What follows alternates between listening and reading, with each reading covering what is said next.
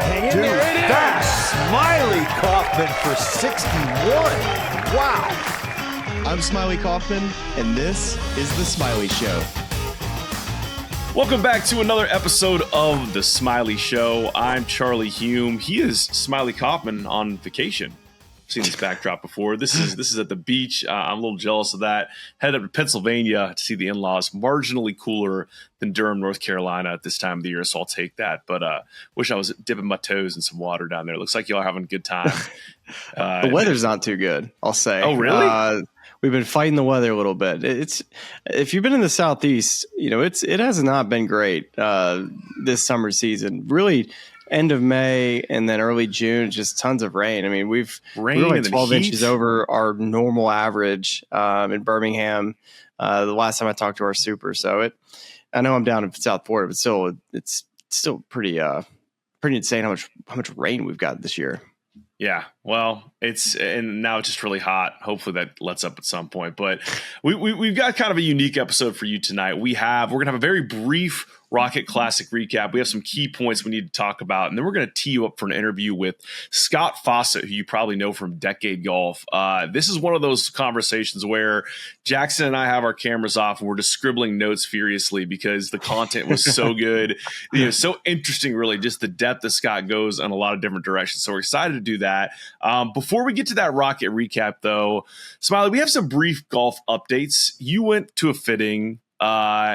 Here's what I want to know. On a scale of 1 to 10 in the found something scale of golf, where do you land exiting this fitting? Because you're excited about some adjustments that were made.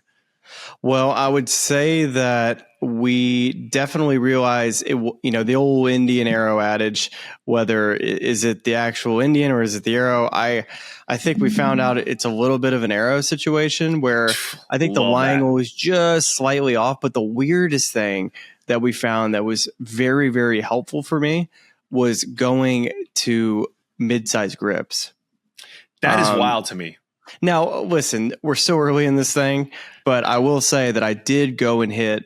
I just put the mid-size grips on my driver in 3-wood and went out and practiced on Friday at Shoal. And I tell you, it was a noticeable difference, just feeling like it was much more like rotational, less fighting my grip and setup. So that was cool. We actually kind of changed a little bit of lie angles and wafts with some of the longer clubs at the top. And then also I have a standard length set. I have a 1/2 inch over that I've played since I was on tour pretty much, but I did get a standard length set. I played that probably last year for the most part of the entire year. And so I think I'm going to go and change all my lie angles on those clubs and also go mid-size there and just kind of like cross check a couple sets of irons to see, all right, what feels the best, what allows me to do the things I want to do in my golf swing. I still have things in my swing that I know, at least I know what I need to work on. And I'm seeing it, the results like via technology and ball flight.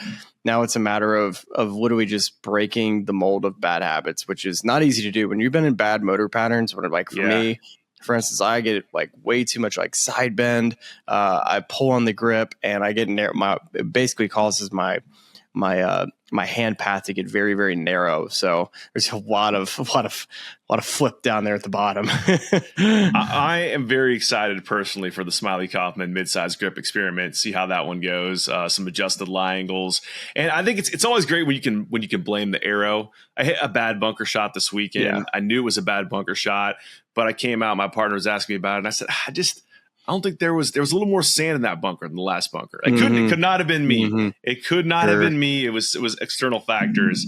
I flew close to the sun this weekend, Smylie at Old Chatham. Had like 5 birdies in 8 holes. Thought I had found it. Turns out I had not found it.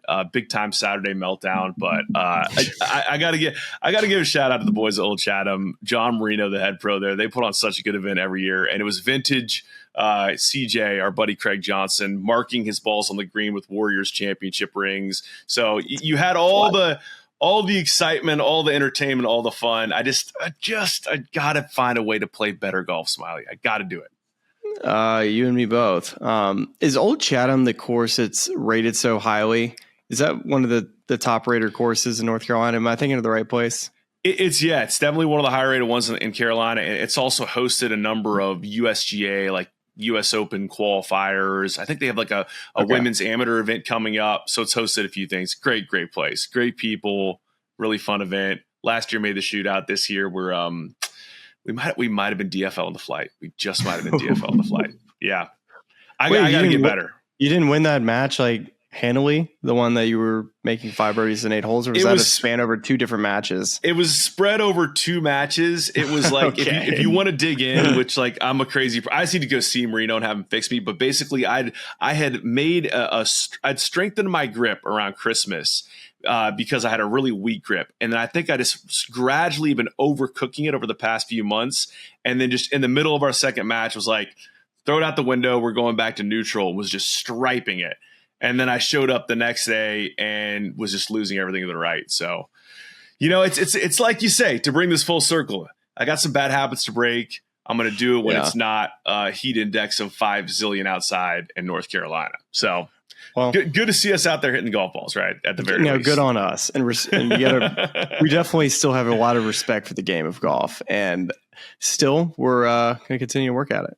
Well, I'll tell you who hit some golf balls at high rates of speed this weekend up in Detroit. Aldrich Potgieter wins the Rocket Classic in his rookie year on tour as a 20-year-old, the youngest player on tour currently, the second youngest to ever earn his tour card off the Korn Ferry Tour last year. Jason Day was the youngest at 19. And Smylie, I have been waiting to use this tee up from our friends at Ahead all year long because this is what we're going to use to present tonight's episode, Speed at Impact. Ahead's clients want to use technology to deliver differentiating customer experiences, launch new digital products faster, and uncover massive efficiency gains through automation and modernization, yet they're unable to progress fast enough. Ahead's purpose is to accelerate their progress and do so in a way that creates significant and sustainable business impact.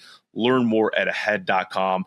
Your winner this week, Aldrich Potgieter, is leading the tour in ball speed this season. He is the only player on tour averaging more than 190 miles per hour of ball speed off the tee. What?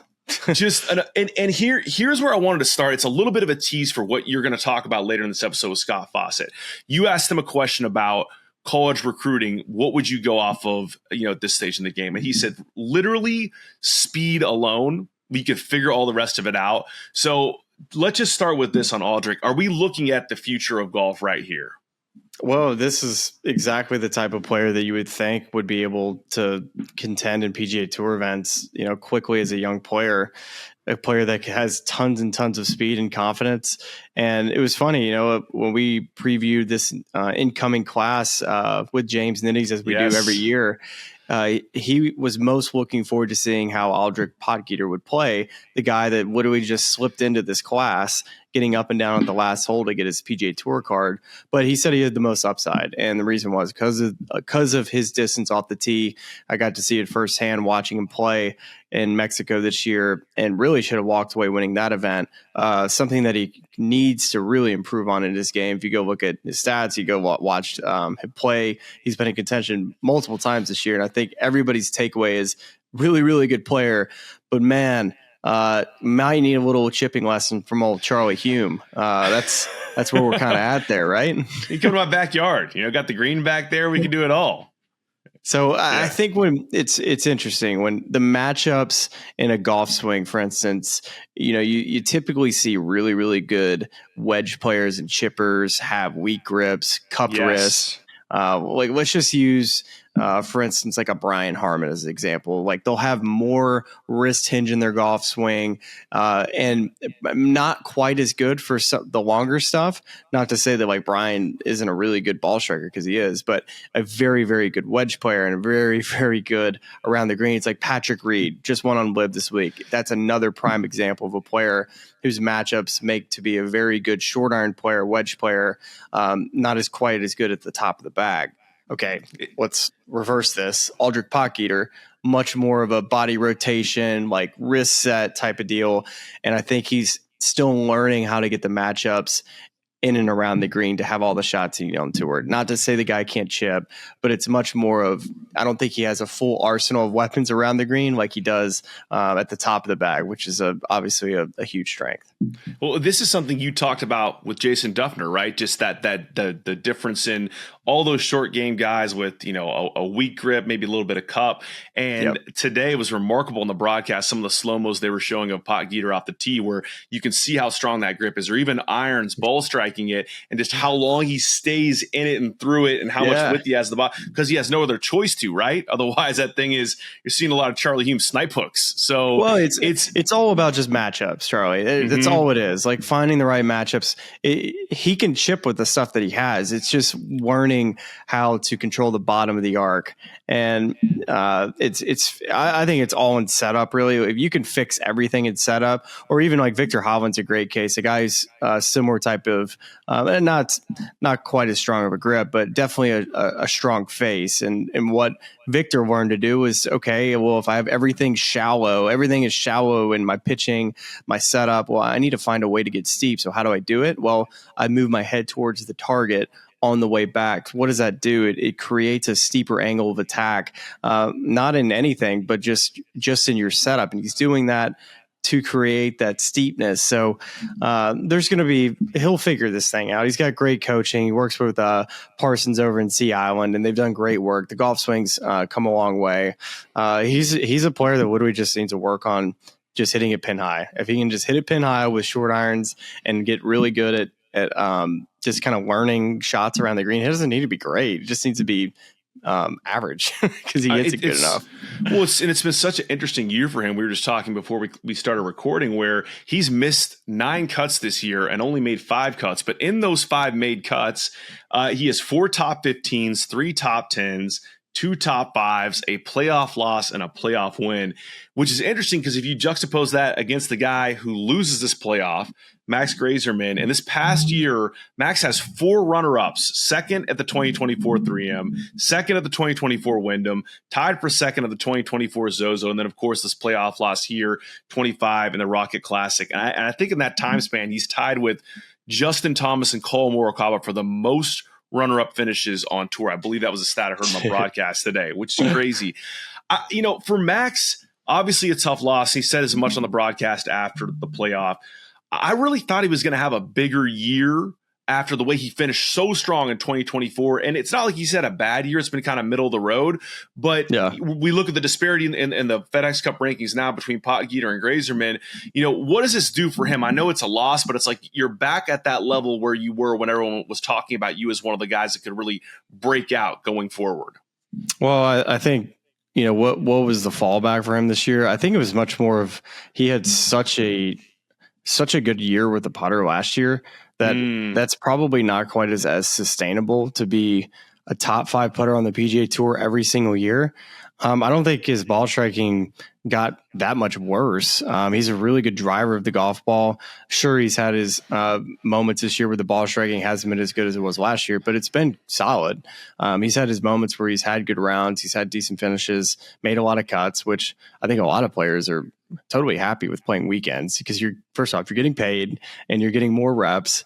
And this week he was able to play a golf course that I think suits his game perfectly, which was a driver and putting type of week. If you had a good driver that was long and straight and a hot putter, you were going to contend. This week I was kind of hoping that the firmness and the dryness that I was kind of referring to, that they're going to push this golf course 2 weeks before they shut down, was going to make it play harder. Well, stats say that's actually not true. It actually made it play a lot easier because it played so much shorter. So the place was running firm. I think Potgieter hit a 370-yard drive on the 17th hole, 71st hole of the tournament. That's stupid. And even the playoff hole, I think the 4th one, at the 14th hole, I think they hit like 8 iron into the green. Just like it was. I think Ryan was hitting driver off the deck. Was there it 8 year. or 9? I think one of them. Yeah, no, it might have been 2 8 irons. It was like I think Potgieter hit like 195-yard 8 iron out of that fairway bunker. Yeah, listen, it wasn't even that much down, was it? It was just like It was down and off the right. It wasn't like humming down. we're borderline. Like we need to do give some teeth to this course because it is not representative of the Donald Ross. You need some name. bunkers. You need some bunkers to capture some golf something. balls for sure. Yeah. It's a fun. I really do enjoy playing the golf course, mainly because you can find your golf ball. There's a lot of wedges. It's not very long. It's a fun course. I personally, I know we always want to challenge these guys, but when you look at this leaderboard, I'm for it. I mean, a week that's not a big time event. I thought there was a ton of compelling storylines in the top 10. You had Chris Kirk, who won a bunch of times, of course, on the PGA Tour, who hadn't necessarily had the best of years, but it's like, oh, here we go, Chris Kirk. He just knows how to win when he gets into contention. Here he is in a playoff. He's going to probably win. And then Potgieter, of course, we were hoping to see him break away and win a PGA Tour event, which he did. So it was great to see him kind of avenge that Mexico Open. And then Greyserman, it's like great. And then there's plenty of other storylines behind that too. I almost called the Summer of Thor. I was close on the Summer of Thor. Dude, that approach is better than 18. I think it's in the playoff. I think I'm going to take him next week. It's a no-brainer. I think, you have first pick. Dang it, man. Yeah, he's you can't take him. Right why can't I take him? Because you just took him.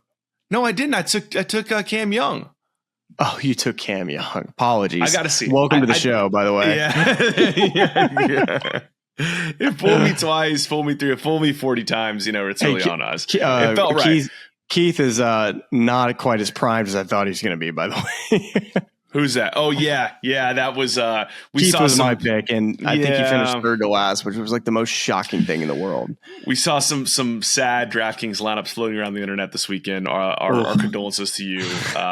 You can't hit them all, right? I mean, Smylie's had a great start to the season. I'm trying to pick up the slack here. Keith is one of the best drivers of I think he lost like 5 strokes off the tee, and I'm like, how? Like he doesn't miss the middle of the face with the driver. I don't know what happened. I feel like there's a profile guide starting to kind of build here. That you see all the names at the top of the leaderboard. Yeah. Don't you think? It's funny. Like if you go and look at Potgieter, he's first at, I think he averages 327 yards in the PGA Tour, first in that category.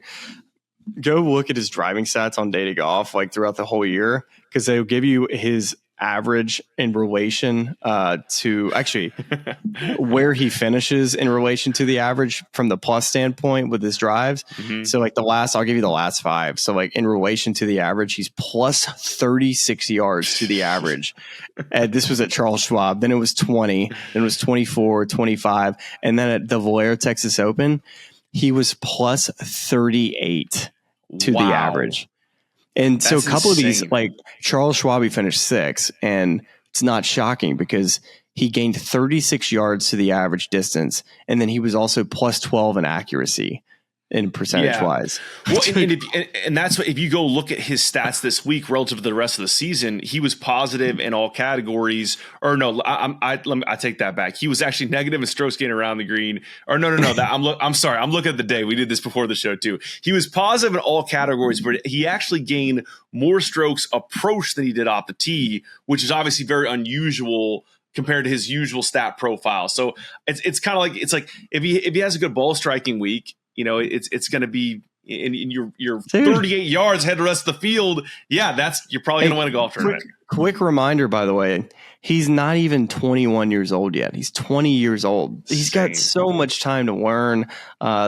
He's his first year playing on the PGA Tour. First off, he's also living in Atlanta in somebody's house. I can't imagine how difficult of a year it's probably been for him to manage being away from home. I know he's played professionally for a couple of years now, but still to be able to, learn a new course every single week. Just a lot of positives when you look at Potgieter. I know. And I think that'll kind of, when you look at all the missed cuts and stuff that he's had, I think that's a lot to do with it. I think next year when he shows up, he knows the courses that fit his game, that don't fit his game. And then still adding things to his game, he's going to continue to get better. And we need to get Aldrich on the pod because I just love to hear him talk to you about the things he's working on and how he's going about them. I think that'd be an interesting conversation. For sure. I'm so mad too because Potgieter was a guy that I liked heading into the week, and my brain was mush before we did our picks this week, and I'm going through it. And I unfortunately didn't have that one. So all right, I want to get you back to your family at the beach. I want to get the viewers and listeners to the Scott Fawcett conversation, but I have one I have to hit you with on the way out. Collin Morikawa. We talked about him to start the week, and a very interesting week for him. You know, he had both the caddy change. He had his former Cal teammate KK on the bag this week. He finished as tied for 8th, 19 under, 3 shots off that playoff. The other big storyline was the putter journey that Collin's been on. So he's had that TP Soto for a long time. He was testing out putters in the last few weeks. This week rolled out an Olsen Tour Matrix 1.0. It's almost identical shape to the TP Soto, but just a little bit different. Obviously, Olsen came under the TaylorMade umbrella last year. And he used that in round 1. And he lost 4.62 strokes gained on the greens. I think his quote was, "I putted like a blind man." So rounds 2 through 4 puts in this TaylorMade Proto mallet in play. To me, it looks almost identical to like the Odyssey 7 head that Sam Burns uses and Xander Schauffele uses. So it's a popular shape on tour. He gained 3.89 strokes gained putting the next 3 days, and that includes 3.11 strokes on Friday in round 2. So first of all, like any classic putter tinker, he gets the first round bump, but then he kept it going. So I'm wondering, Smylie, like, do we think we're in a good tinkering sweet spot? Like this Proto head, could this be it for Collin Morikawa? Snake. I mean, the ball striking's clearly there. I mean, the iron game is insane. Well, I mean, what we got coming up for him? So, like, the Open Championship is the big ticket item, right? Right. He'll play Scottish in the Open, you'd assume, right? Won't play John Deere. And then, playoffs. That's it.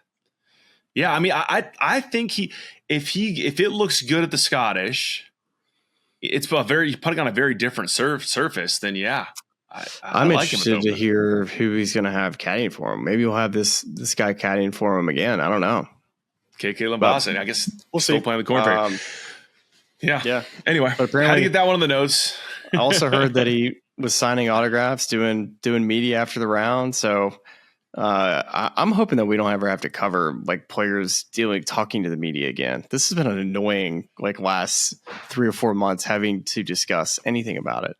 I hope we don't have to either, but I also will say that there's nothing that lifts the spirits like a good putter change, a hot putter. So maybe he's just feeling happier. I think that might just be the key for him. So let's wrap here on our Rocket Classic coverage and toss to an interview that we recorded with Scott Fawcett of Decade. You can check out his work at decade.golf. I promise you this is not a promotional plug. I'm legit going to check this out and try this out. 1, because I need to play better, but 2, listening, as I mentioned off the top, was a fascinating fly on the wall conversation. A ton of interesting insights and also reframing of things that feel like common sense golf knowledge, but in a more useful way to help you apply that to the art of shooting a score. So let's get you over right now to Smylie's conversation with Scott Fawcett.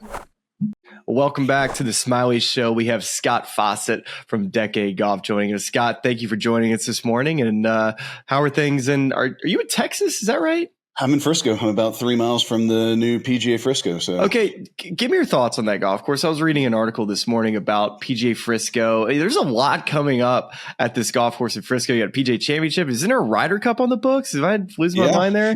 I mean, if I remember correctly, I believe it is. I mean, what do you think? I don't mind it that much. So I've played the other course 20 or 30 times, and I think it's fun. There's a couple of goofy things in it. It's your modern super wide fairways and that whole theme. And so I was worried the first time I played the East course that's what it was going to be also, but it's not. I mean, I think it's a good course. Now, when the girls, because obviously I saw some comments that they thought it was boring and whatever, but I think it's hard to design a golf course for both men and women because in order to have it work properly, like the bunkers just have to be in weird spots for the girls. Like, why do they have that bunker there? And why I'm dead when I put it in that one. Whereas the guys, to play for the average man and the professional man, you just have to move the tees back and then everything's kind of in the same place. But for women, they hit it so straight but obviously not quite as far as, a tour player, obviously. I just think golf courses are really difficult to have play for both sexes and then make any sense whatsoever. I saw that the U.S. Open at Pinehurst, I think, and gosh, the next time they have it there, the men and the women are going to play back-to-back weeks too, so that the conditions of the golf course are going to be, exactly the same, and it's tough. You make a good point. I'm pretty sure the women played second last time, so that way they could cut the rough down.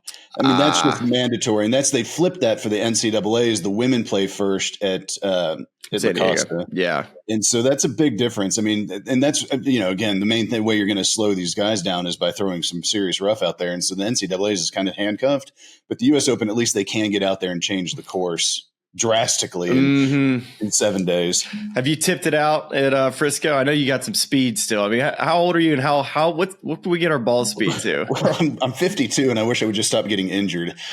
I was probably cruising in the low 170s before I had started having knee problems last year.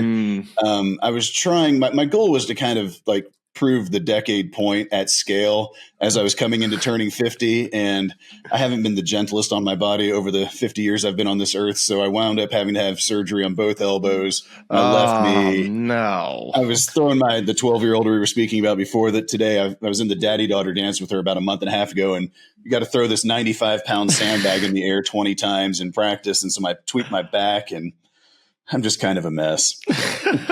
Well, I love that you're trying to prove the system right. And I love it too. It's something I've used on the PGA Tour. You came out to San Antonio first time you and I met. John Yarbrough was my caddy. Brett McCabe was my psychologist at the time. And we really went on a nice little run there where we used the system every single week. I was playing good golf, and a lot of credit to you. And it's something I still kind of keep in mind when I look at golf courses again today. So Scott, tell us. Do you remember who else we were playing with that day when we went around? In the practice round? Uh-huh. Part of me thinks it was Corey. Rookie. Part of me thinks it was Corey Connors, but I don't think that's right. Xander. It was Xander Schauffele? Uh-huh. Really? Yeah. Huh. That's a good memory, because I certainly didn't remember. I just kept my eye on him because I felt like he was paying a lot of attention while we were talking out there. Huh. And then he obviously has gone on a fairly nice run himself there. But it's good to see a young pro come play with a seasoned veteran like myself to learn a thing or two. I'm glad he's figured out the game of golf, Yeah, I mean, the guys, it is interesting because when I look back when I was playing professionally in my 20s, I had this pipe dream like, man, I'm really good and I can make a Ryder Cup, and I'm not even worried about making the PGA Tour, but I can really get there. And then you get out there and you're like, oh my God, these guys that are in that top 20, top 15 maybe are just so good. If you just are so good, you just never lose your card. People don't realize how good that is. It's like even when I catch grief about like, what do you know? You never played on tour. I'm like, well, I've been a +6 for about 30 straight years. You are by definition one of the greatest players that's ever walked the planet. Now, are you in the GOAT conversation like the actual GOAT? No, but if you won on the PGA Tour, like you're one of the best couple hundred people that have ever played golf. And it's just amazing how much a lack of credit people give just getting on tour is.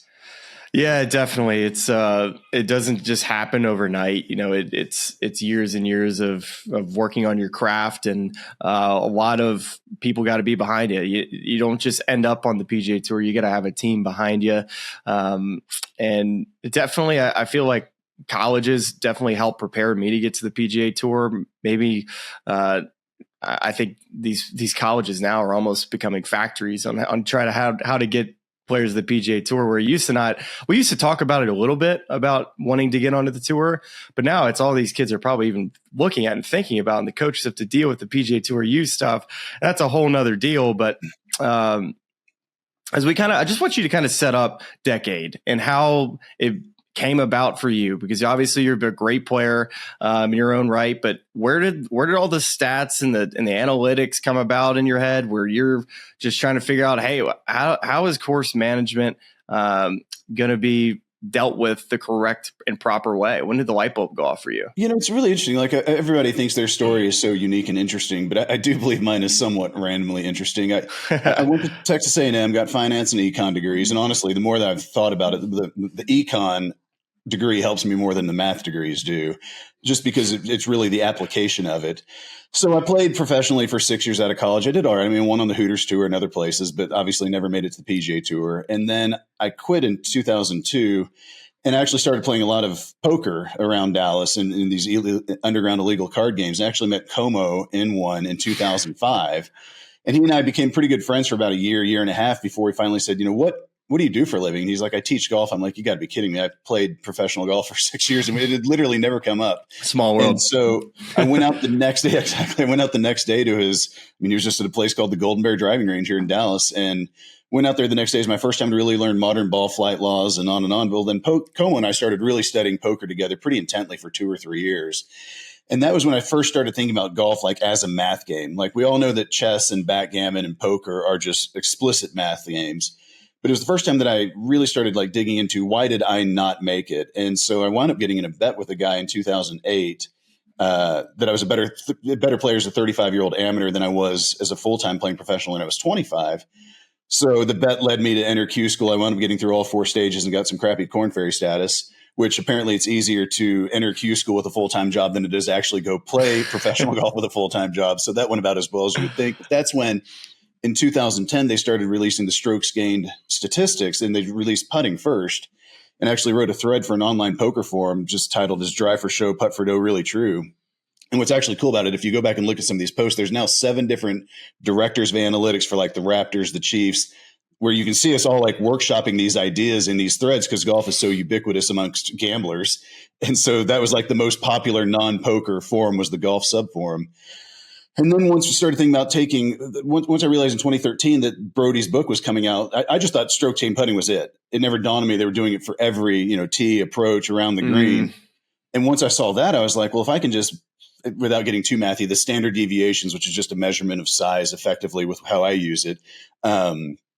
If I know how big a shot pattern is and I know how many strokes it takes to hole out from anywhere, like I can solve this. It's just a math problem at that point. And I really was just doing it for my own game, just to see like what was I missing? I mean, again, I didn't specialize in golf until I got to college. And then in college, I actually only played 2.5 years because of injuries. And I mean, so that really is the nuts and bolts of how we got there. And then honestly, like Steve Jobs says, you can only connect the dots looking backwards. I did 6 months worth of work on this project, wrote 500 million cells of Excel code and tested it and tried it and everything else. And then 2 weeks before the Texas Amateur in 2014, I got a cortisone shot in my right elbow and the guy paralyzed my right arm, which obviously came back. Yay.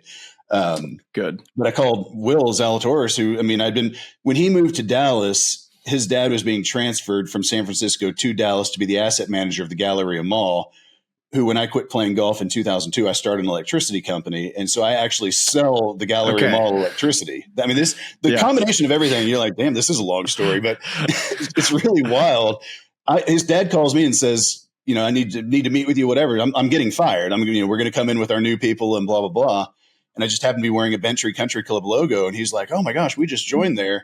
Are you a member there? And I'm like, well, this is my only chance of keeping my job. I'm like, yeah, I'm the club champion, played on the Korn Ferry Tour. And he said, I've got this son. It's so funny looking back. He's like, I got this 9-year-old that just stripes it. You won't believe it. And I'm like, I'm sure. And it was Will. And his golf swing looked identical to the way it does now. It was just 9 years old instead of 28. And so I told Will after my arm got messed up, let me caddy for you. And then obviously the rest is history with winning the Texas Amateur and then US Junior. Gosh, I tell you what, I did not have that on my bingo card. We're playing poker with Chris Como. We're meeting Will Zalatoris' father by chance, in a gallery with electricity. That's wild. I think the thing that struck me the most in what you just kind of talked about was the amount of code you said you writ in Excel programs to try to figure out, is it standard deviation what you were trying to solve? What exactly were you trying to figure out when you're plugging in all these numbers into Excel? What are you hoping it spits out? So I just made up like I just took different greens from our home course from Bentry, and I just imagined pins being 4 yards from the edge, 6 yards from the edge, your standard deviation being this number and then slightly bigger, slightly smaller. And then I could just move the pin and the centering of the shot pattern around on the green. There's a kid named William Knauth that is a PhD stats candidate at Columbia that I've done a lot with over the last probably 8 years now. He probably could have solved this problem in about 8 minutes. I doing it the old man way, like sure. just this absurdly big Excel program that probably literally did not need to be that big. But a very clear pattern just started emerging. I mean, it was really interesting looking back at it. About once a year, I'm looking for something else, and I wind up kind of plowing through these old notes and stuff. And it is interesting seeing me like trying to solve this problem. But it really is.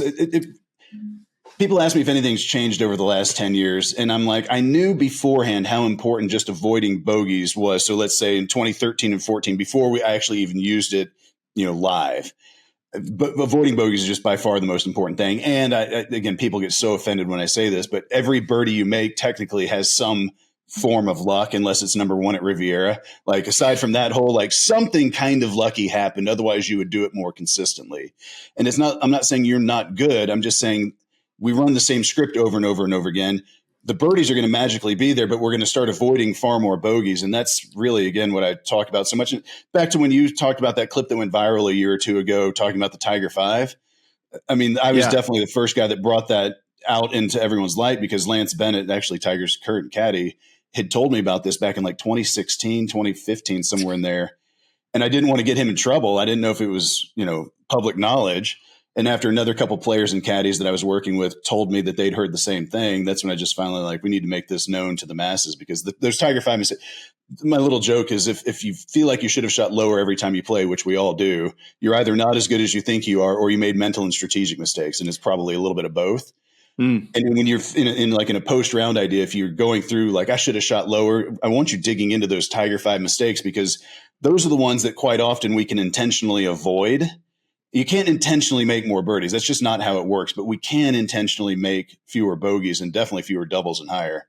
And just to explain the Tiger 5 for the people that are listening and watching right now, they're like, what is that? Well, it's pretty simple. It's an easy way to track how you really are playing and doing the little things good. And the first thing is three putting, eliminating three putting. The little things good, just not doing the little things bad. There you go. That's probably a better way to put it. So we're talking about eliminating three putting, not making bogeys with wedges, the easy up and downs, the ones that you should get up and down, getting those up and down, avoiding double bogeys, and then not making bogeys on par fives. It's such a simple thing that when I've told it to people speaking at clinics or wherever it is, people are like, I was thinking about what my wrists were doing at the top, or I was thinking about, should I be able to shape it both ways, or should I be able to control trajectory? No, you just need to do the little things better. Yep. And one thing that's critical to me is it's not no three putts, it's not no doubles, it's not too many. And that's a big shift mentally, because now when they happen, I used to treat every problem as an anomaly. Like, oh my God, I can't believe I bogeyed another par 5 today. Like, yeah, you're going to do those 5 things every single day. So you can't be surprised when it happens. I mean, last year I finished 8th at Champions Tour first stage, and then I missed getting status by 3 shots. I had like a 71 scoring average for 8 rounds. And I had 20 of those mistakes in 8 rounds, which is 2.5 per round. That's and too still many. Yeah. Played basically like +5 golf over the course of, a month and a half and 8 rounds of qualifying school. And so I do believe that, we're all such lunatics that it's just important to get out there and be like, okay, there's 1, there's 2. I mean, if you're a scratch, you're going to have like 6 or 7 of those a day. Mm-hmm. And so really, again, what proper course management is about, it's your low rounds are still going to be there. Like you've just kind of got to trust that. That's just going to be positive variance within your shot pattern or putting or whatever. But it's that worst third of score. So like you've got a normal distribution curve of scoring. So for me as a 71 average, that's going to be like 65 to 75. Everyone's got like a 10 shot-ish window that they're going to shoot in. It's that higher range that just kind of disappears because you don't get as mental. And trust me, if you're a hothead out there, it is possible to not get mental. Like you just take whoever's the worst on tour right now, multiply it by 6, and then add aliens. And that was me. I mean, it's just, it's just literally comical looking back at how dumb I was mentally. And again, it's a lot of meditation, a lot of other things that have helped me get to the point of not getting so mad, but it's also just a very basic understanding of expectation management. I mean, that's why DECADE is just an acronym, and the first E is expectations. Right. Because once those are in check, it's hard to just check out for 30 minutes and get all mad. Yeah, I tell you what, I didn't know Decade stood for anything until I was just doing some research before this, for our interview today. And D stands for distance, E expectation, C correct target, A analyze, D discipline, and E execute.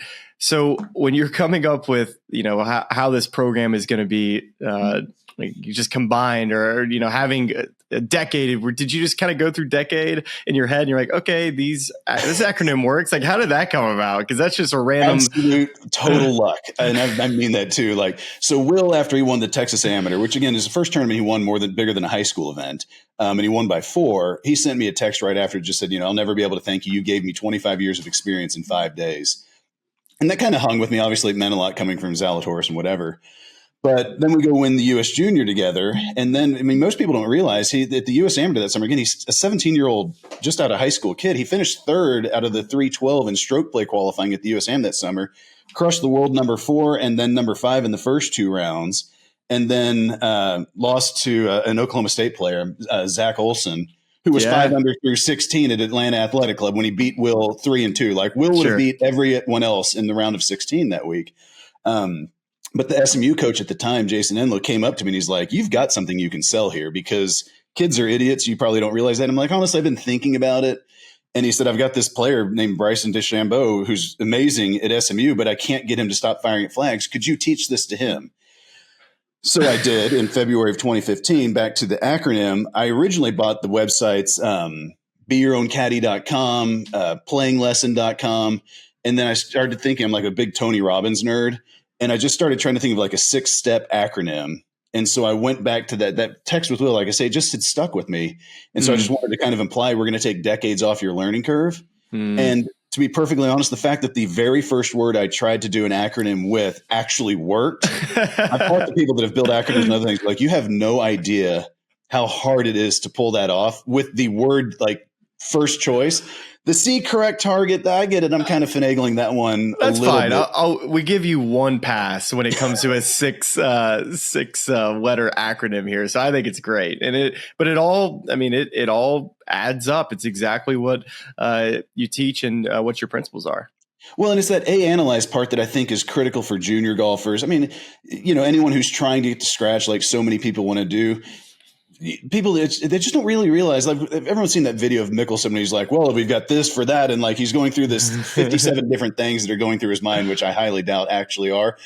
The main things we need to think about is where's the hole location? How wide is the green? What is the surrounding hazards? What's the wind and what's the course conditions? Like that's it really. Sure. And the analyze part of Decade, kind of walks you through how to rank all of those and rate them to choose that ultimate target. So it really is, at the end of the day, a way to try to get like I was about to say a 20-year PGA Tour playing a veteran's brain in a less experienced player. Yeah. But even still, then it might not be, because Stewart Cink, he literally bought the app and he'd been out there on tour for 20 years and he hadn't won in 12 years after the British Open. He fired his caddy and had his son loop for him. And he literally bought the app just out of the app store and won the next week on the PGA Tour and then won 6 months later. And it's like, it kind of just, for Stewart, cleaned up all this.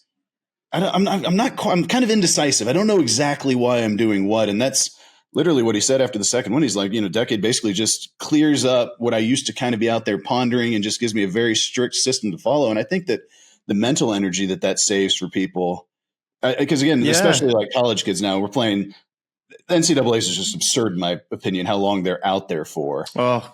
I mean, it's just a total joke. But now if we can just remove that mental part of it from getting exhausted, like, that's huge. That's a huge edge. What comes to my mind, Scott, is that one shot at a time is something that is always talked about. Whether it's your dad or your granddad always telling, the player, hey, it's one shot at a time. And you'll hear it on the bright, one shot at a time.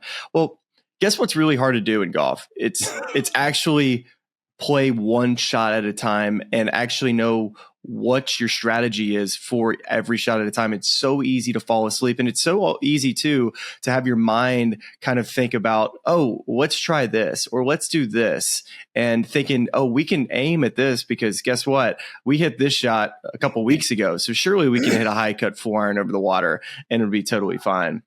So that's, to me, is what I think helped me the most with Decade Golf, is that every single time that John Yarbrough and I went through the actual shot it's like, hey, this is the shot, but it didn't start. This was all in the practice round where we did all of our work, knowing where the hole locations are, where the tough ones were, to where we aim more conservatively towards the middle of the green. And I just think it really made me like zone in on what exactly was the task at hand and a specific target. Really with the second shots, where the driver, which for me, I was somebody at times would get a little guidey with, I actually got more aggressive, knowing just basic dispersion patterns that I don't really think I understood before. It's like, wait, no, you do have room up there. And I think at times your mind wants you to think, no, you don't, right? Well, people think the decade is just all about conservative, like, so I'm just supposed to hit it in the middle of the green. Like, golf is just different than every other sport because it's not played on a uniform field of competition. I mean, middle of the green on 18 at St. Andrews, where the green is 52 yards wide, is completely different information than middle of the green on 10 at Pebble Beach, where the green is 17 yards wide. Like, sure. It just doesn't work that way. Whereas every tennis court, every football field, every baseball field, except for the home run area, they're all the same. And so golf is just a different sport. It's definitely part of the reason we all love it. And it's just, as a result, unfortunately, like strategically, historically, the game is virtually impossible to learn how to play correctly with like optimal strategy. But somehow Tiger somehow figured it out. I honestly always thought that Butch Harmon was the guy that taught it all to Tiger. And I was kind of fanboying on Butch to Claude one day. And he's like, dude, it wasn't him. My dad gets to sit out there and charge $25,000 a half day because Tiger taught him everything. And I'm sure he's kind of half tongue in cheek, but he's just like, dude, this guy, Tiger just got it. I mean, and it is interesting looking back. If you take Tiger in the late 90s, go back to the Tiger 5. If you take Tiger in the late 90s, until the middle of the 99 season, he fired Fluff and Riviere in February of 1999, and then hired Steve Williams. And there was about 2 months of them adjusting before they finally just went on this tear. But you can compare, literally, it's like a light switch that goes off in the middle of the 99 season, to where the late 90s through 99, he was averaging 2.3 bogeys from inside 150 yards. The Tiger 5 is technically bogey with 9 iron or less. In order to quantify it, I just picked the number 150. He was averaging 2.3 bogeys inside of 150 around, and then literally overnight that dropped to 1.25.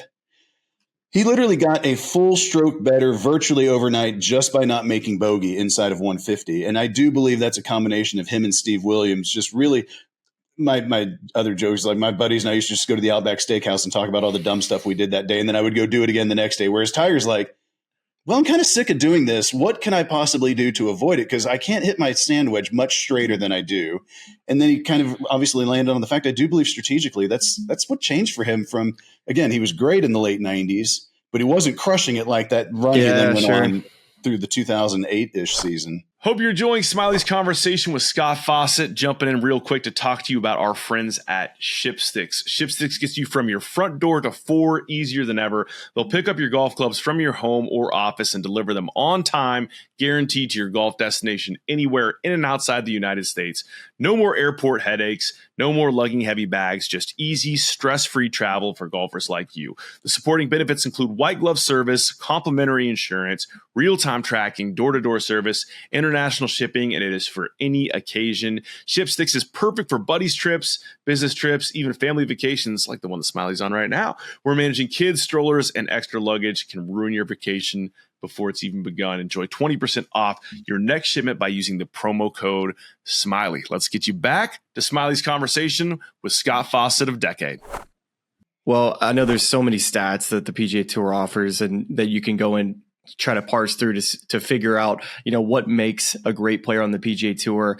And Scottie Scheffler year in and year out is leading or close to leading that bogey avoidance category, which is one of the most key statistics of what you're just speaking upon. But when you look at what makes a player great, when we talk about Scottie Scheffler, you want to talk about Bryce and Rory, Xander Schauffele, what do you look at first and what makes a modern player now in 2025? Speed. I mean, Speed. If there's any one thing I think is hilarious, it's that we needed data to prove distance is important. Like, it's so funny to me that like that. Oh my God, look, that's an uncovered gem right there. And it's just like, yes, hit it as far as you possibly can. Like when I was in my 20s playing professionally, I hit it past everyone. And so when the new modern 45-inch at the time driver shaft started coming out, whereas my little 43.5-inch steel shafted Cobra, sorry, like I hit it past everyone already. I don't need more distance. And it's like more is better. And that's, Bryson obviously took that to the extreme. But that's what, like when Morikawa, and Collin, he came to my seminar while he was at Cal and Spieth, when those guys first come out on tour and they've got this 10% win rate through, 2 or 3 seasons, whatever it was for both of them. And I like both guys. I'm definitely a fan of both of them, but I'm like, that's not sustainable. You can't win at that rate on the PGA Tour unless you hit it past everyone, because your strokes gain driving number, and we've got 4 categories. It's kind of limited at, let's just make up a number, 0.25 shots. You can't, no one's going to magically, like Zach Blair, with all due respect, Zach, first name that popped in my head. Zach Blair's not going to all of a sudden gain 6 strokes off the tee one week. Anyone, my daughter could technically go out there and gain 6 strokes on the putting green on any given week. And that's where the further you hit it, that ceiling is just higher. And so distance is by far if I were a college coach, that's almost exclusively what I'd be recruiting on. Okay. Yeah.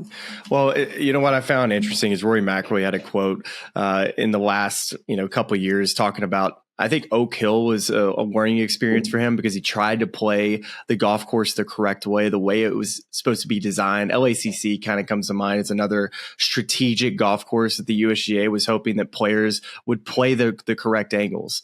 And I think Rory McIlroy said it this year at the Philly Cricket Club when in a press conference. It kind of pissed off some people because it basically just added to what people want to happen, or some people, the golf architect hardos, that they want some form of rollback in the game, but just basically saying that, I just hit driver everywhere, go find it and pretty much just wedge it on the green because I typically play better doing that. Well, this is one thing I said. When Bryson won in 2020, I was like, I don't even know why anyone else is showing up. Nobody's going to hit any fairways. And so whoever hits it the furthest down there, people like, he was 140th in accuracy, whatever the number was. I'm like, but you're looking at an absolute number there. You need to look at the difference in the percentage from him versus, let's just say, 50th. It's like 3/4 of a fairway around, but he's 50 past everyone. And most importantly, he's carrying it there. Like that was just a no-brainer to me. Whereas Joe Mayo posted something last week before the U.S. Open, or whenever it was 2 weeks ago before the U.S. Open, about the Bombers and this. I was like, well, the Bombers need the course to be fast, so everybody's missing fairways. This place doesn't seem like the fairways are going to be quite as fast. So because he had mentioned, I think he had said someone like Morikawa, and I didn't. I was like, I don't like picking his name specifically, but this leaderboard will probably be a little bit fuller of, I'm not going to say shorter hitters, but they've got more of a chance, as probably paradoxical as that sounds, because the Bombers, like, they're going to be flying it into the rough. Like, theirs are going in the rough anyways. Like, it just is what it is. Whereas these guys now can hit a lot more fairways, and again at a place. Yeah. Well, like it was going to be one of those weeks where if Scotty or Bryson or Rory had a really good driving week, I don't think nobody was going to beat him. But if they had days like Scotty lost the golf tournament on Thursday and Friday because of poor ball striking, if he hits it like he did on Saturday and Sunday, he wins the golf tournament. And I thought it lent to a player. I'm mad that I didn't have JJ Spawn included in this category, but I knew that there was going to be some player who's a very consistent ball striker was going to be there in and around it at the end. And I had listed like Tommy Fleetwood, Shane Lowry, Sepp Straka, all these guys that hit it really straight, and JJ Spawn just the most underrated player, man. The guy just is really good at hitting fairways and greens. I mean, again, you get a guy out there that's kept his card for however many years in a row. I mean, like, it's just again, like going back to like a Stewart Cink, when someone just never loses their card, like people don't understand how impressive that is. I mean, you get a guy like Fred Funk that's played in like 10,000 sanctioned tour events, never lost a card anywhere. It's like insane. David You're Toms, just really good at doing this little weird motion with your body, and it works out. Sure is. And you mentioned Wingfoot too, talking about just the strategy that Bryson took that week, hitting driver, where the really accurate players. It was harder for them to hit fairways. And it makes me think about, all right, what's the next kind of test that might be similar to that at least so we can kind of compare what strategy might be changed this go around. I was just thinking about Olympic Club. 2028, they're going to have the PGA Championship there. I know this is a long way off, but I'm just curious from your perspective, a golf course that when you turn on Olympic Club, you kind of see just players that are just trying to shape shots into the fairways. Jim Furyk's had so much success there. Really short players have played well there that are just accurate. But do you see a bomber winning at a golf course like that? Or do you feel like a golf course that requires you to hit certain types of shots, whether it's dog legs, shaping shots into fairways? Do you think those golf courses can stand a chance against modern day players? No. Yeah, I just wanted to hear what your thoughts were, because the shaping shot things. I mean, everyone who's heard me speak at all knows I'm like, work on your speed and putting and shape the driver one direction. But the driver, you can only shape it one direction. Like I can't tell you how much people are like Rory does it. I'm like, okay, I'll grant you. I mean, you're obviously buddies with Keith Mitchell. He and I've worked together for 5 or 6 years at this point. And Keith and I have talked about this. Like, I think he'd drive it better if he only shaped it one way. And then I do believe with speed, the modern driver wants to fade. Sasha McKenzie, who's obviously one of the smartest guys in golf, he has said the further the center of mass is off the shaft, the harder that club becomes to draw. Bryson can do it because he's got, paradoxically again, such a weak left wrist that he's actually trying to snap hook it, which he just physically can't do. So if we get a driver just set to where we just rip fades, and then we get a 3-wood or a mini driver, which is my personal preference, it draws. And people are like, why? Because we can move that ball back in our stance, which artificially shifts your path to the right. When the driver's teed up and in the front of your stance and you're exiting left, you've got to move your path like 10 degrees in order to hit the shape the other way. And when the ball position can't change, you have to do that entirely with your swing. And that's really hard to do. Yes. Whereas with the mini driver or 3-wood, I can put that thing in the middle of my stance, and then I just take the same swing. And that path is shifted right. And so now I've connected with both shapes off the tee. And if that doesn't work, then, again, there's usually going to be a gap between your mini driver or 3-wood back to your longest iron. But I don't want you hitting that maybe more than 1 or 2 times around. So, I mean, again, trees are the only thing that are going to slow down bombers. And I agree with you that it's the historian architecture crowd that hates me.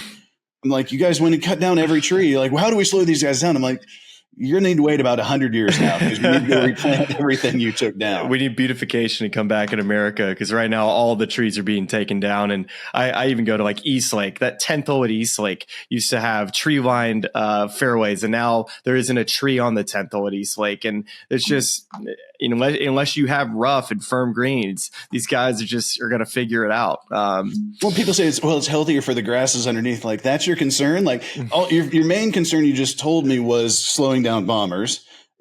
Having healthy grass underneath a shade tree, that's more important than slowing down the bombers. You can't have it both ways. Yeah, it's interesting, right? Like, you definitely need trees to slow down the bombers, but at the same time, we're in an era where we are cutting down so many trees. Every single new golf course, when they do a restoration or renovation project, that is one of the first ticket items outside of irrigation. It's let's get the trees knocked out so we have better playing surfaces. And it's great for the membership, but is it great for testing the best players? Probably not. I mean, no. I mean, it's not that. The trees are your answer. And again, even if you have a bunch of trees, it still is going to be. It's kind of a bit of, I don't know if survivorship bias is the right word, but if I've got 50 guys that really bomb it in a field of 150, I only need a couple of them to play decent after bombing it or chip and putt it decent, and that's just variance. So yeah, it's going to happen. The short guy can win. It's not like I'm saying, Fred Funk's never going to exist again, but Fred Funk in very short order will be at 170 miles an hour. I mean, and that's just the evolution of sports. I do find it interesting that people get so mad about it is because they're like, but this is my game. Like, well, it's a sport. Now, I do agree as a 52-year-old, whenever I was in high school, golf was kind of played by the smaller, dorkier dudes that just picked up a golf club instead of a flute. Once Tiger came along, I said this to people back in the early 2000s, late 90s. I said, if Tiger doesn't break Jack's record, it's going to be his fault because of the people he's bringing into the game. And roll the clock forward 10 years and you get DJ and Bubba and guys that should have never DJ and Brooks should have never picked up a golf club. Like if they were my age, there's zero chance those two type A alpha males would ever be like, hey, let's go play some golf, man. No, they would be crushing, man. And again, both of them aren't big enough to play the other professional sports. They both would have probably gone and had nice college careers, and now they'd be selling cars or insurance probably. Yeah. I could see Brooks as a linebacker and Dustin Johnson as a power forward with their athleticism. Nice D2 linebacker. Yeah, there you go. That's right. Well, of course, anybody can go and find all of your information at decade.golf.com. It's a great way to, of course, improve your game. And I got a couple more questions before we finish here, Scott. One of them is just, I want you to just go a little bit more in depth about shot dispersion and how it can help people off the tee, because I have been a player for very long time now. I've struggled off of the tee, and a lot of it has been technique, and it's led me to just a lot of just insecurities about confidence when I swing the driver.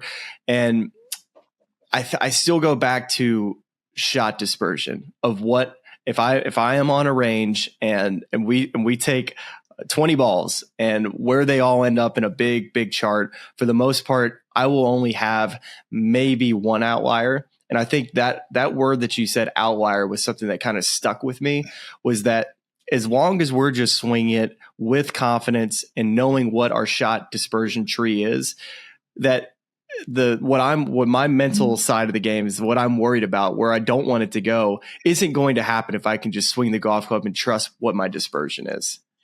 And I do believe a lot of that comes back to really owning a shape. The most important thing we can do in golf is know which direction the ball is going to curve. Like, that's just absolute step one, because it's the double crosses that create those outliers. I mean, if you've got the ball going the direction you meant it to, you've got 70 yards to work with before the shot pattern starts to become unfunctional, dysfunctional, whatever that proper word is. And so as long as it's moving, that's when people say, I've eliminated the left side of the course. I'm like, well, then you're not good at golf. Like, I can guarantee you, if you never hit a ball in the left rough, you're peppering the right side way too much, because we've got this 60 to 70 yard wide shot pattern. And I'm talking about like 85%. We're discounting 15, maybe even 20% of the outliers there. And as long as the ball's curving the direction you intended it to. So on the range, I like people getting on, the satellites and finding, they hit it, let's say 260. Find 2 points, a pin or a bunker that are out there in the range that are about 60 yards apart. And then your only mission is to keep it between those two. And then you use those same satellite images when you're going around a golf course, be like, yeah, I get it. There's water left and OB right, but there's 75 yards between them. And 75 yards sounds like a lot, but that's actually visually pretty narrow. And it'll look pretty wild, tight. right? Yeah. I remember the first time I was working with a tour player, I said something. He's like, Fawcett, that's 100 yards out there. I'm like, and if we sat here and hit balls with a crosswind, I guarantee you would miss it some. And it just, they can't wrap their head around that. Again, these guys are so good, but at the end of the day, it's difficult to control your golf ball. And so back to shot patterns, you should need to understand, more importantly, that we've got a shotgun blast and not a sniper rifle. It's all about understanding that, and then that's what we're managing around the course. But off the tee, I'm going to say one last thing on shaping it one way. The driver's the only club in the bag that is fit for hitting both shapes. You don't stand in a simulator in a driver fitting and do the 9-box drill. You just sit there and hit your stock shot over and over and over again. Yeah. And so, like for Scheffler as an example, he's launching it at 180 and 14 degrees and 2,200 RPM, making up numbers ish, but those are probably relatively accurate.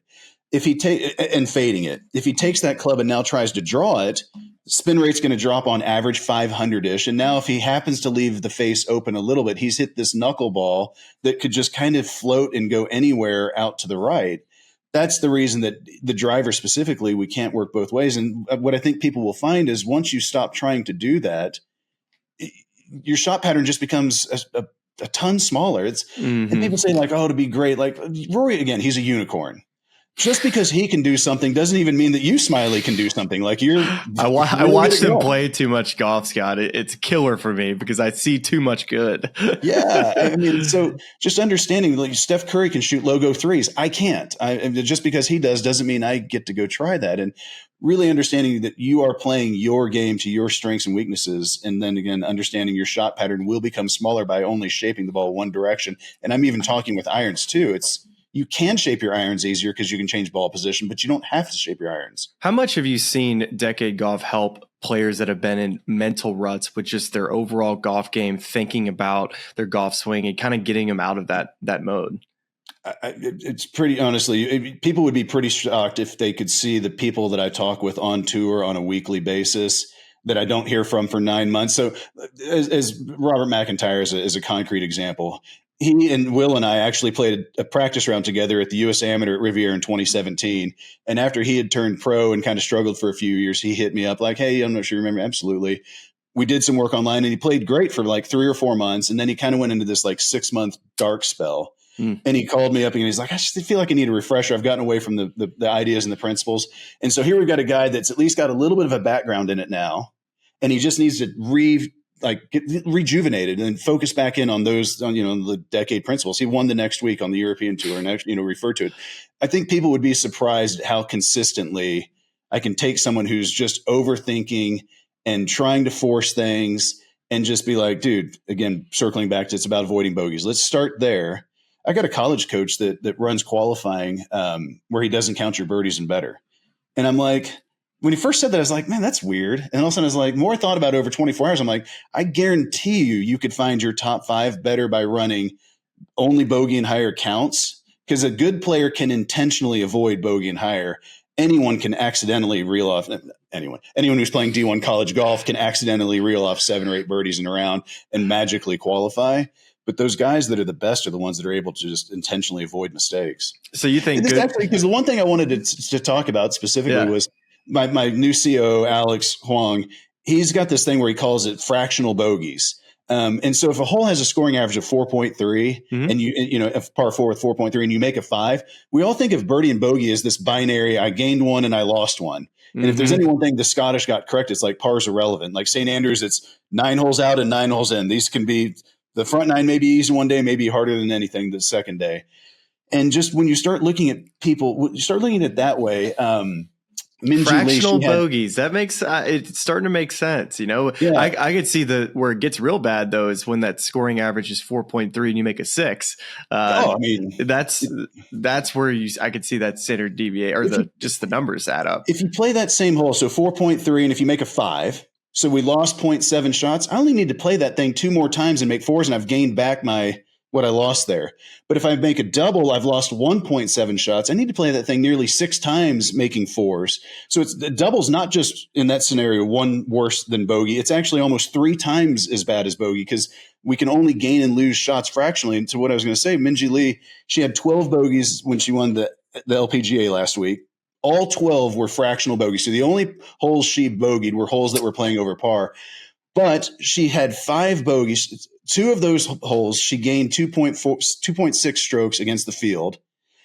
Those 2 birdies wiped out 5 of her 12 bogeys because she bogeyed the hard holes and birdied a couple of hard holes. So that's the luck you're talking about, though. When you say you kind of run into a little luck, 100%. I mean, she just happened to hit a good tee shot. Just happening to hit good tee shots on par 5s is really convenient towards winning golf tournaments because those are the holes we really need to be getting it up and around the green. If you miss 12 fairways in a tournament and all 12 are the par 5, you're probably done. Even though if I hit all 12 fairways, but then I missed 12 par 4s, I would take the guy that hit 12 on the par 5s and they would crush the other guy. And that is like shuffling a deck of cards. That just luckily when I dealt out the jokers, they just happen to come on the par 5s. And so really understanding even where your good shots happen to fall is really important for your overall expectation. There's always 2 key tee shots every single week that if you feel like the guy who wins the golf tournament or the girl who wins the golf tournament is the player that hits those fairways for the week. And I use Oakmont as an example. I think the 9th hole and the 15th hole were the 2 easily the most important fairways to hit, because if you didn't, the numbers of what you were going to make were going to be much higher. You're going to be fighting to make a 4. And if you happen to run into a birdie on one of those days, if you hit the fairway 8 out of 8 days on the 9th and the 15th hole, and you play those holes under par for the week, you are gaining so much against the field average. And just huge. It's like Victor. I mean, Victor, I can't remember what the stat was, if it was like 9 through 11 or 9 through 12. He had played at like 7 under or something like that. He missed the 15th fairway every day. Yeah. Yeah. And that's every day he missed the 15th fairway. And I think it cost him the golf tournament. Yeah. I mean, most likely. But again, he hits 9, 10, 11. I think it was in the first or second round, and hits it inside 3 feet 3 straight times. Like, that's a pretty big gain. Sure. Yeah. That's a pretty hard hole. There's just so much more to it. That's why I do half jokingly say winning requires luck. I mean, you just have to set the deck of cards up in your favor and run the script over and over and over again. And that's where it really does come down to the best players. If you take like in the NCAAs, if you take the teams that were top 5 in bogey avoidance, they had an 83% chance of getting through regionals. If you take the top 5 in birdies, they only had a 70% chance. And that's pretty close. Like, well, that's a pretty big difference, to be perfectly honest. And that same theme plays out just every week on tour, every week in any qualifying for USGA events. It's just the guys that avoid bogey are the guys and gals, I should say, are the ones that are just up there every single time. And that is variance almost by definition. It definitely is. And I want you to put your decade cap on forward thinking here. I want you to look at decade in advance. Can you kind of just forecast at all where you feel like just the overall course strategy and analytics are going to continue to evolve? Or do you think it's something that's going to stay pretty static? I think it's about where it's at now. I mean, there are just certain things with golf that are just different. I mean, it's just, here's your 3-point make rate. Like and sure, I bet it matters if a guy tends to stand 3 feet behind the 3-point line. Well, that guy's going to get coached up. Hey, let's get in those extra 3 feet. But golf analytics, man, it's just a hazy shade of gray. It's where when people it's like quoting proximity on TV. Like, I would stop doing that. There's just a number of things that are just inherently flawed. Especially, I mean, I've got one here that I actually kind of come up with Javi. On number 2 in the 3rd round, Javi had 94 yards. Where's this? At Oakmont. Okay, so 3rd round. All right, so pins back left. Yeah, nice. Number 2, he laid up to 92 yards. Gary Woodland hit it up there to 52 yards. Is he in the fairway? He's in the fairway. Okay. Where would you rather be? I would rather be where Gary is. 52 in the right-hand side of the fairway. Gary's fine. That's exactly where you want to be. Well, because of the way the PGA Tour tracks proximity, it's once you get your shot within 30 yards of the edge of the green. So Gary was 52 from the pin, but he was probably, I'm just guesstimating, 25. Yeah. Uh-huh. So Gary's proximity on that hole, it really reads funny. I mean, it's just literally straight shot link right here. Gary's proximity number was from 308, from 348. His proximity for that hole was 164 feet, whereas Javi from 92 yards hit it to 10 feet. His proximity is 10 feet. Oh, so these are all the things that I'm looking at shot link and strokes gain data. And I'm looking at like Victor Hovland here's another Victor Hovland example, is that he was leading in strokes gained around the green. And you go look at his scrambling stats, and it was like less than 50% or something like silly. I'm like, how is this guy leading in strokes gained around the green when he's not getting everything up and down, or at least up to a clip of 70+%?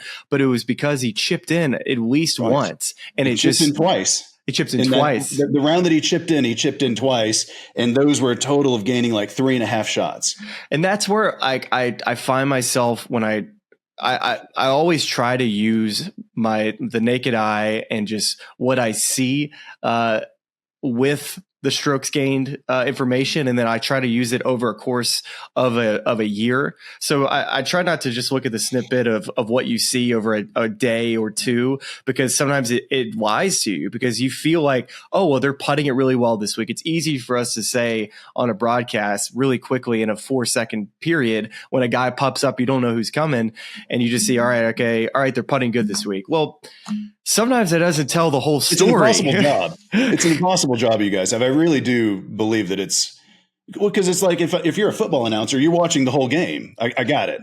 But golf, you're seeing like, I'm watching 2 dudes here and I'm trying to comment on what's going on.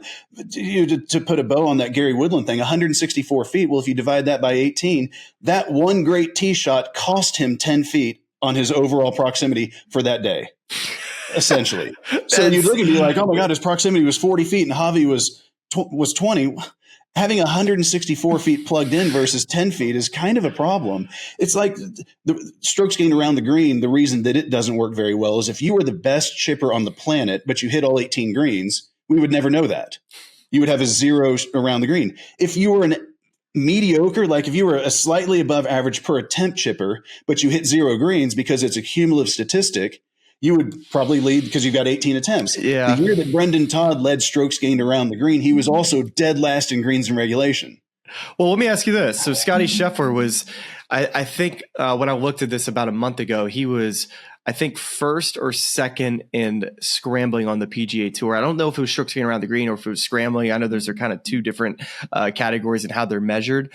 But the way I interpreted that stat was, well, that doesn't make a whole lot of sense. How could Scotty Scheffler be that good? You know, it's like 70%. But it made me think of, well, Scotty Scheffler misses it in all the correct areas. When we talk about how he's an incredible iron player, of course, one of the best of all time, but he leaves it in places to where he gets it up and down more. And I wonder with that stat, with guys who get short-sighted more, how that kind of affects the whole pie when it comes to the around the green stat.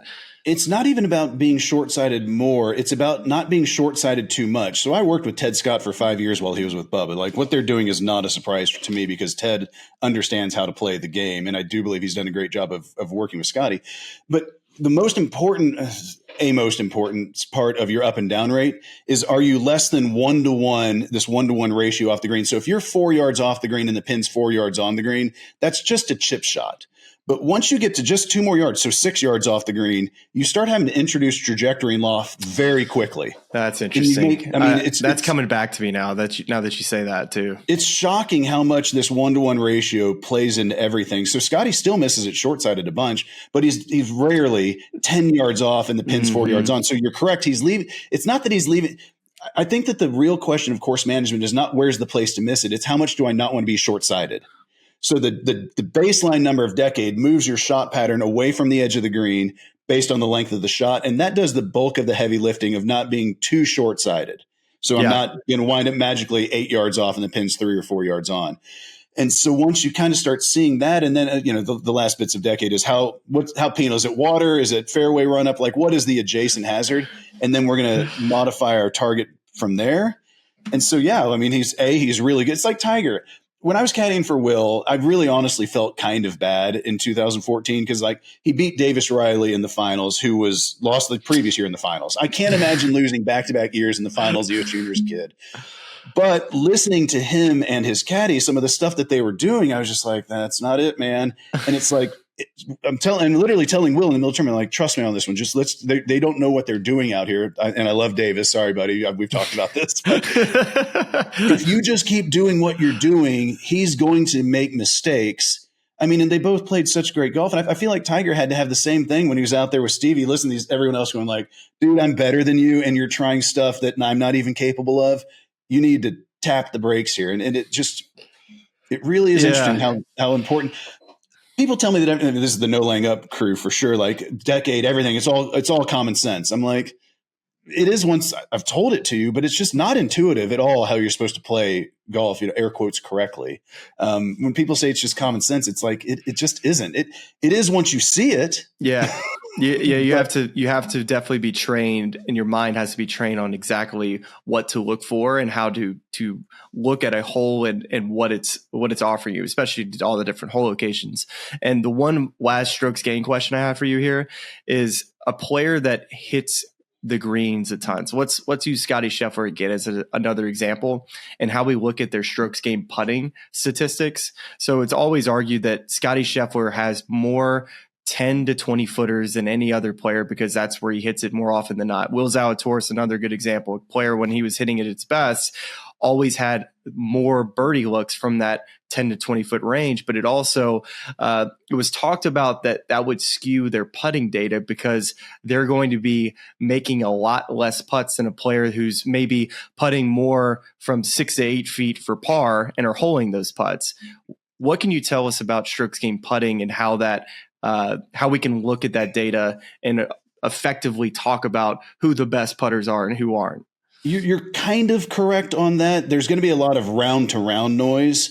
It's just hard to make putts from 15 to 25 feet. I don't care how good you are. Percentages are less than 15%, right? Yeah. I mean, one of the first tour players that I remember working with, we were talking all about putting and speed control and everything. And then it was down in Houston, and he went out and he proceeded to hit like 16 greens, and all of them were between 15 and 30 feet. And he didn't make anything. But it summed up to this like -3.5 number that was just ridiculous. And I swear to God, that it was within 5 minutes of him finishing the round. He called me. He's like, I promise you that I'm encouraged. That was not as bad as it seems. The ball was just all over the hole. And I'm like, that's good. I mean, from 15 to 20 feet, if we can just be all over the hole, but you're getting nickeled and dimed for 0.1, 0.2, 0.15 just on every single hole.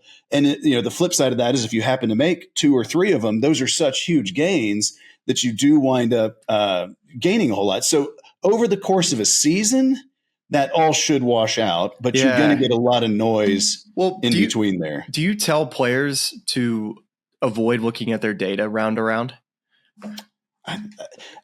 It's hard not to look at it, If it's a problem for you, we're going to work on some meditation. We're going to work on some mindset. I mean, that's one of the things that Fax and I kind of argued about. He was like, you don't need to track data, because you're good enough to just remember it after the round. I don't want you writing down that you missed an 8-foot putt. I'm like, well, it's easy to say when you have ShotLink tracking it for you.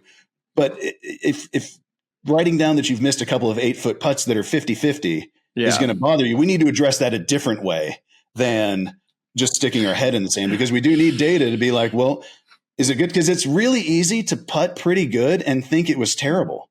Yeah. It's really, really easy to do that. And then you talk about getting mental out there. I've missed 3 15-footers in a row. Now I'm going to just hammer the next one 5 feet by because I want to make sure I get it there. I need to make one of these. And then you miss it coming back and you 3-putted. Like, how'd that work out? Golf really is just hard. I do believe that there's any one thing that the data allows us is to just have better expectations. I really think that's importantly, as a playing professionally that didn't make it, that's when I first saw the data coming out. Like, Mark Brody, your job is to create statistics to figure out who's good at what and where to improve.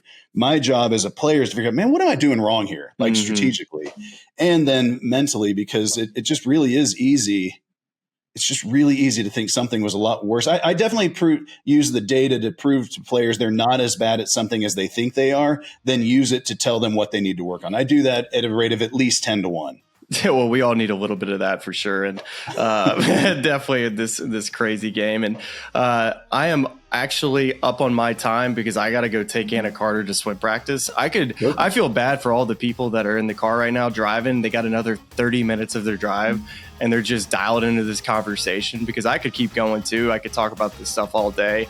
And if you want to learn more information, of course, go check out Decade Golf. Type it in Google, go on Instagram, give them a follow. Scott Fawcett. This has been great, man. Let's do it again sometime, because I know there's going to be more questions I have about how I'm going to interpret data, and you're going to definitely help me get out of this dang rut that I'm in, which is I need to get back to the decade principles. I think I just need a little bit of that. I love it. Good job to you. All right, Scott. Thanks, buddy. I listen to this podcast. It's really cool. And all of our lovely fans and subscribers, but make sure you like and subscribe. It's cool to see what you guys are doing. I know golf fans appreciate it, but we do too. So please keep it up. For all the good people at YouTube, like and subscribe. You guys have some good takes, so I'm happy to come on and shoot the